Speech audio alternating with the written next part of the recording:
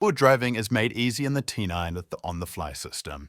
In order to engage 4 high, it's super easy, ensuring that you're traveling under 80 kilometers an hour. Simply shift the dial to 4 high.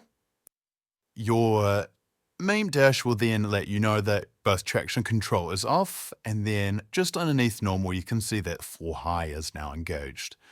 Switching back to 2 high again, super easy, showing you're under 80 kilometers an hour.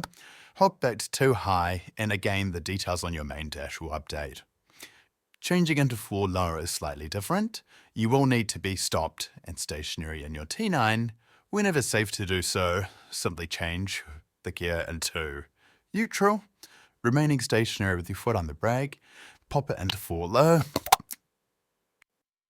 The vehicle will then transfer into 4 low, and again it will display this on your dash and let you know that it is in low speed mode. It is important to remember that you do need to be traveling under 40 kilometers an hour in 4 low in order to make sure that you are using the vehicle correctly.